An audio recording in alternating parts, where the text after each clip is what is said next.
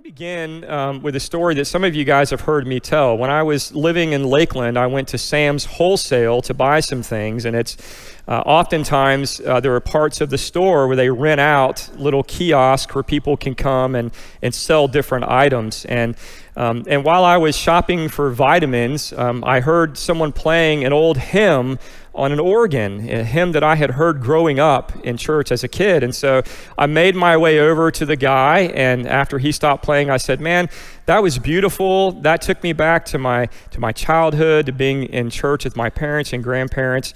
And just a beautiful song. Thank you so much." And he just kind of looked at me and said, "Are you saved?" It's like, well, that's kind of an abrupt question. Are you saved? And I was kind of caught off guard, and I said, "Well, I'm a United Methodist pastor." And he said, "I'm going to ask you again, are you saved?" And it reminded me that in some forms of Christianity, there is an authoritarianism that insists on a particular view of salvation. I'm sure that many of you were exposed to this growing up in the church. A preacher gives a fire and brimstone sermon to elicit guilt and the fear of dying and going to hell. Then an altar call is made, and a person gets saved by reciting a sinner's prayer in which they confess their sins with genuine remorse, ask God to forgive them, and then make resolute commitments to stop sinning. In an instant, you are converted from a child of the devil, destined for hell, to a child of God, destined for heaven. If you are truly saved in this view, then you should be able to tell the story of this mountaintop experience, including the date and time of its occurring. And it should change your behavior too. Namely, good Christians attend church every Sunday and volunteer multiple times a week. And they give lots of money to support different ministries in the church. In both the attendance, the volunteering, and the giving, all of this is done in service to a larger program, which is moral and spiritual self-development. And while some people describe their conversion in this way, it doesn't match the experience of all Christians, especially those who are recovering from an addiction. They don't define sin primarily as breaking moral rules. They are not motivated by fear and guilt. They cannot pinpoint a mountaintop experience in which they were saved. They don't think about salvation as wallowing in shame to earn God's forgiveness, making more resolute commitments to being good, or exercising discipline in a self-improvement plan. And they don't mistake being a good Christian for attending church every time the doors are open or giving lots of money during the offering. In their experience, this is not what a true spiritual awakening looks like, which is why these people often avoid going to church on Sunday morning, because they are not buying what the church is selling. For some of these Christians, working the 12 steps of Alcoholics Anonymous in some recovery program has led to a new understanding of the human condition, our desperate need for God, and what salvation looks like in real life. For them, the real problem is not breaking moral rules. It is a misplaced love that breaks our relationship with God and leads to spiritual sickness and slavery. Instead of loving God with all of our heart, mind, soul, and strength, and trusting God to heal and free and guide us in a new way of life, we curve in on ourselves. Instead of giving our love to the Creator, we give it to something in creation and expect it to save us or secure us. This is the definition of idolatry. And the Bible tells us that we become what we worship. It says in Psalm 115 that our idols have mouths but cannot speak, eyes but cannot see. They have ears but cannot hear. They have hands but cannot feel, feet but cannot walk. And here's the important line: those who make them will be like them. We become as impotent as the idols we worship. We cannot see God, hear God, cry out to God, or move toward God. Cut off from the source of life, love, and liberty, we unwittingly but defiantly double down on our idolatry, demanding that the things of this world do for us what only God is capable of doing. And these failed efforts lead to blind repetition. And repetition leads to attachment. And attachment leads to spiritual sickness and slavery, sometimes culminating in a full-blown addiction. And in this way, we give all of our love to something that cannot love us back, at least not in a way that is healing and life-giving. Some people see the problem of sin and addiction as moral weakness or a lack of willpower, especially when facing the difficulties of life. And they think, well, if they would just try harder, then they could do better. And this view not only encourages judgmentalism, but keeps people trapped in their self-destructive patterns by increasing their shame and depriving them of the real solution. Rather than moral weakness, the dynamics of sin and addiction chronically frustrate our desire to truly love and be loved by God and others. And this leads to a sickness of the soul marked by slavery. As Paul says in Romans 7, I do not do the good I want to do, but the evil I do not want to do. And so since the problem is misplaced love, the solution has to include some kind of reconciliation. Since the problem is a sickness of the soul, the solution has to have healing. Since the problem is a form of slavery, the solution must involve being set free. And none of this can be accomplished by feeling more shame or trying harder to be good. Only God can save. But we must find a way to surrender our attachments and get out of the way. And this is what the 12 steps, like all true spiritual practices, are intended to do. To get us out of the way so that God can do for us what we cannot do for ourselves. Through the process of continually working these spiritual principles in our everyday lives, God heals our sickness, sets us free, and restores us to loving relationship. The promise is that the process leads to a spiritual awakening. Sometimes quickly, sometimes slowly. The hidden work of God always becomes visible. And as this new healing, freedom, and love registers on our consciousness, we awaken to the presence, power, and love of God, the God who is always for us and always working to accomplish our good. We're never alone. And this is what step 12 means when it talks about a spiritual awakening.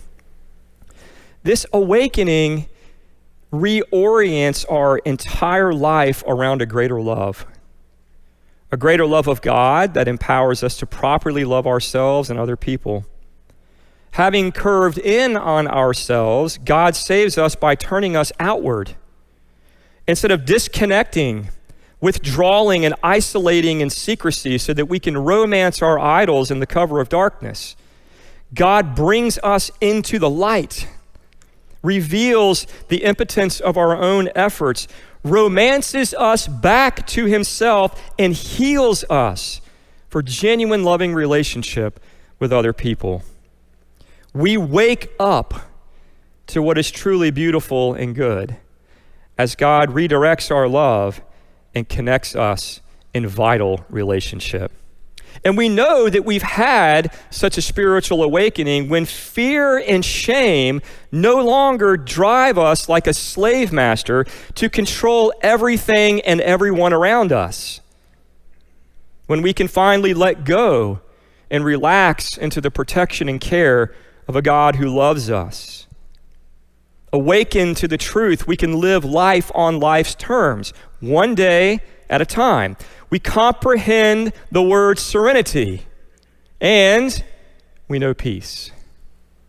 We move from shame to grace. And my friends, any true, vital spirituality, it's not about making us good. It's about moving us from shame to grace. And all of this allows us to stop living for ourselves. It's a hard message to hear, but the dynamics of sin and addiction make us self-centered and self-serving. Even Bill W. knew this in the big book and talked about how selfishness is at the root of alcoholism.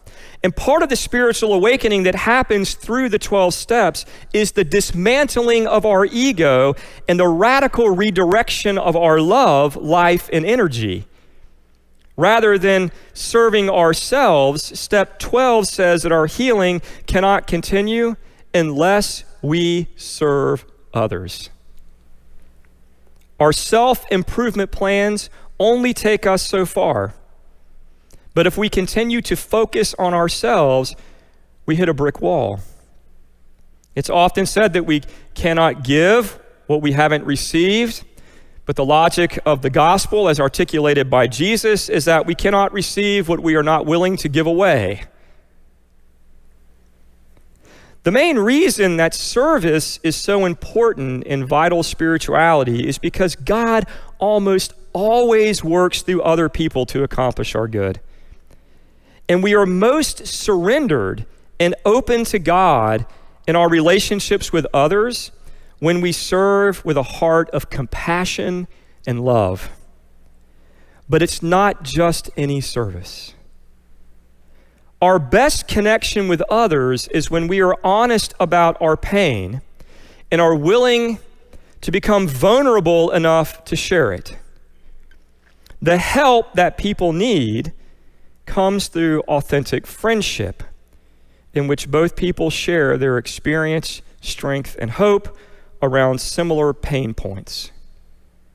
It's a way of saying, I understand what you're going through. You are not crazy. You are not broken beyond repair. You are not alone. It's a way of saying God is real and that God can help you just like God helped me.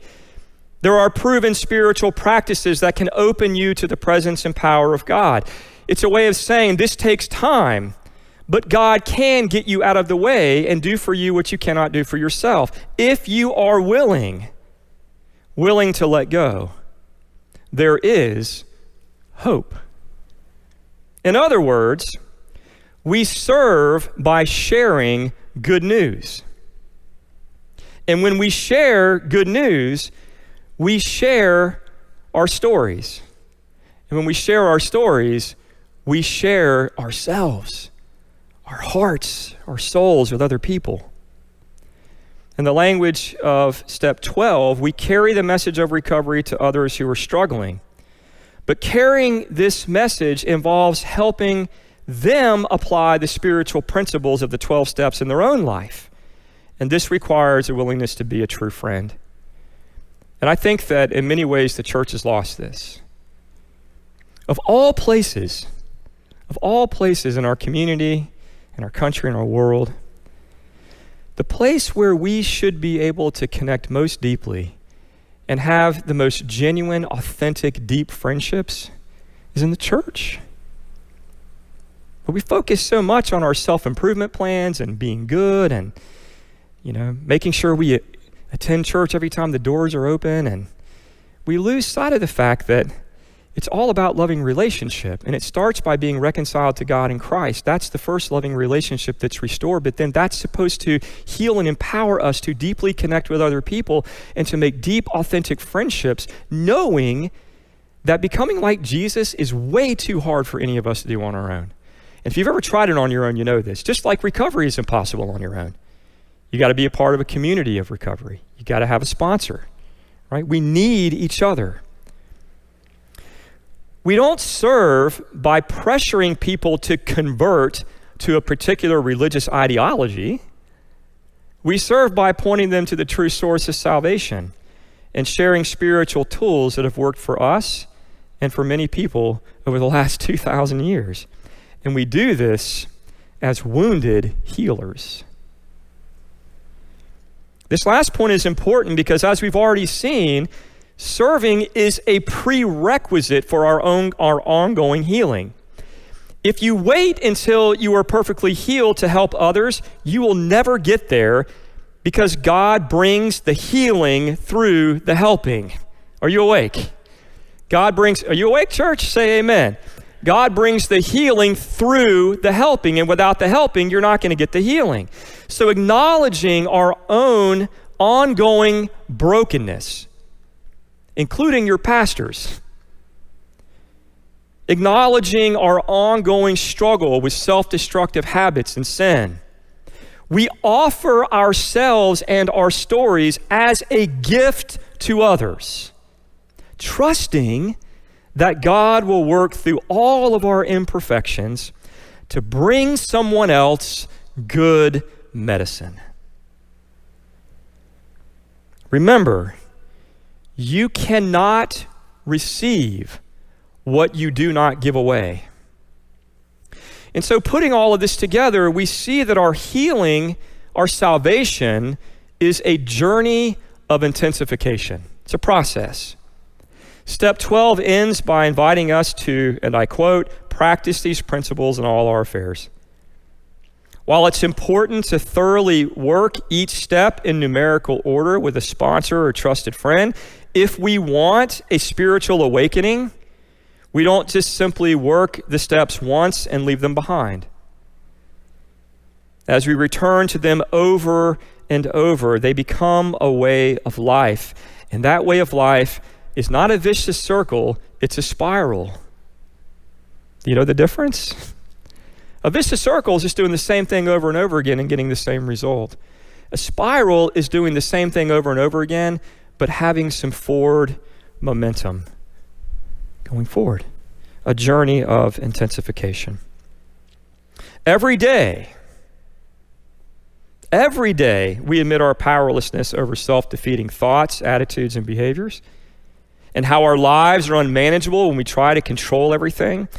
And every time that we work this step, we become more convinced of our powerlessness, lack of control, and desperate need for help, which begins the process of dismantling our ego and getting us out of the way. Every day, we come to believe in a power greater than ourselves who can restore us to sanity, right? And I don't know about you, but just being vulnerable here, sometimes I really believe in God. Like, in my core, I just know that God is there. But there are other times I struggle. There are days that I wake up and think, do I really believe all this stuff? And so every day there's a commitment, right, to discovering a power greater than myself. And every time we believe, we put our faith in God, our faith deepens, our faith grows, our commitments to God grow. Every day we make a decision to surrender our life and our will over to the care of this God. And every time we make this decision, we become more convinced that a loving God is with us and for us, and are empowered to surrender more fully and more deeply. Every day we do a personal moral inventory, take responsibility for our failings, confess our sins to God, and share our shortcomings with a trusted friend for accountability. And every day that we work these steps, we discern patterns and get a clearer picture of our true condition. With deeper understanding of the problem, we can ask for a solution that actually works. We can ask God to make us willing to have our character defects removed. And every day that we work this step, God makes us more willing to let those things go. This increased willingness empowers us to sincerely pray and ask God to remove them. And every day that we work this step, our faith in God can and will remove the roots of sin and addiction. We also think through our day and ask God to show us who we have hurt and where we should make amends. And every day that we work this step, God reveals more. giving us greater opportunities to participate in the healing of others. Every day we ask God to make us willing to make amends to everyone we've injured, even the ones that terrify us, even the ones that we say, there's no way I'm going to go make amends with that person. And every time we work this step, God gives us more courage and more willingness. And every day that we have an opportunity to make amends without further injuring others, we do. And every time we work this step, we get better at making amends, helping more people heal and grow spiritually as a result. Every day we seek to improve our conscious contact with God through prayer and meditation, asking only for God's will and the power to carry it out. And every time we work this step, we get closer to God. We get more clarity about God's will, and we find more strength to say yes to God and no to ourselves. And finally, every day we serve others by sharing the good news of how God is healing and liberating us, one day at a time. And we make this message credible by continuing to practice all these spiritual principles in every area of life. Do you see? Now, if you're new with us, that was a lot. This is the last message in a series on all 12 steps. But one step builds on the other continuously in this journey of intensification in which we go deeper and deeper into our true self, into our own heart, and deeper in love with God, deeper and deeper in love with others. And as we repeatedly work these steps in all of our affairs, we become more spiritually awake and alive. It's not a magic trick, no matter what the snake oil salesman tells you. It's not about making you feel so afraid and guilty of the bad things that you've done so that you will say a scripted prayer and bibbity-bobbity-boo, you're a child of God, destined for heaven, and everything else is lollipops and candy canes. That is a lie.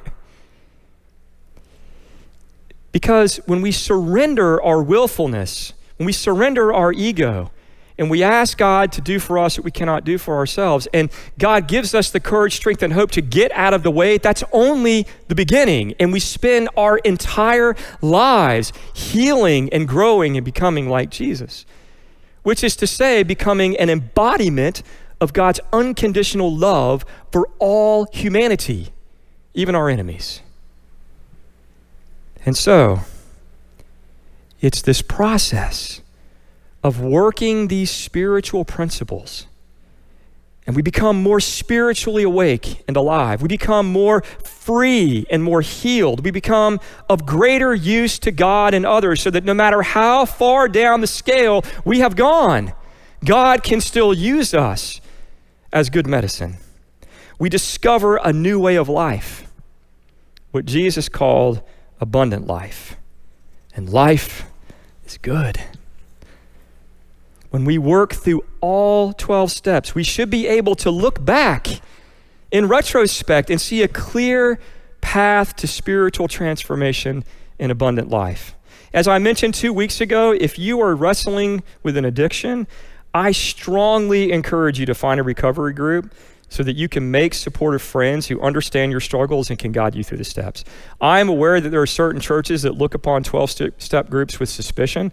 I don't understand that. We have an AA group that meets at our church every Friday night, and there are groups that meet all over the place. If you have an addiction, I guarantee you, if you type in whatever behavior you're dealing with, an addiction, and groups on the internet, you'll get meetings all over Brevard County multiple times a day, every day. You'll find something.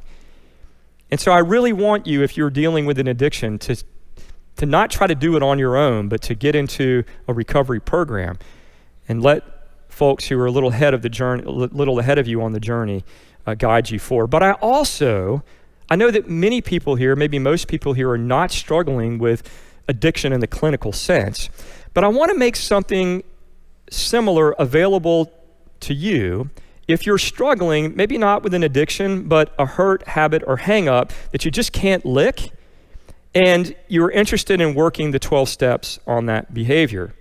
If we have enough interest, I'm going to start a new small group on August the 21st devoted to explaining the steps and helping you find an accountability partner with whom you can work the 12 steps. I will meet with the group monthly for 12 months to explain each step, and you will meet with your accountability partner once a week. If you are interested in learning more, I'm going to hold an information meeting on August the 14th to give more information and to answer your questions. And you can sign up by making a note on your Connect card or just sending me an email, either personally or through the church office. So take a deep breath. When I don't preach for 2 weeks, I know it's like a fire hydrant because it's like a fire pent up in my bones. I want to end this morning with one of my favorite prayers. It's a prayer that I said every day for many, many months. And it's printed on a handout in your bulletin. And the first part is going to be familiar to most of you, but the whole prayer captures the spirit of the 12 steps and the spiritual principles that undergird them. It's the serenity prayer. So I invite you to take that handout. If you haven't seen the whole serenity prayer, I hope that you'll take this home with you and not just say the first 3 lines, but go through the whole prayer because it is really, really powerful. Will you join me in prayer? God, grant me the serenity to accept the things I cannot change, courage to change the things I can, and the wisdom to know the difference. Living one day at a time, enjoying one moment at a time, accepting hardships as the pathway to peace, taking, as Jesus did, this sinful world as it is, not as I would have it, trusting that he will make all things right if I surrender to his will, so that I may be reasonably happy in this life and supremely happy with him forever in the next. Hey everyone, it's Pastor Mark, and I want to thank you for tuning in. I also want to thank First United Methodist Church of Cocoa Beach, which helps make this ministry possible. If you would like to make a donation to the church, go to our church website, fumccb.com. Also, if you're in town, I hope that you will visit one of our services in person so that we'll have an opportunity to meet. May God bless you as you find your next steps in following Jesus.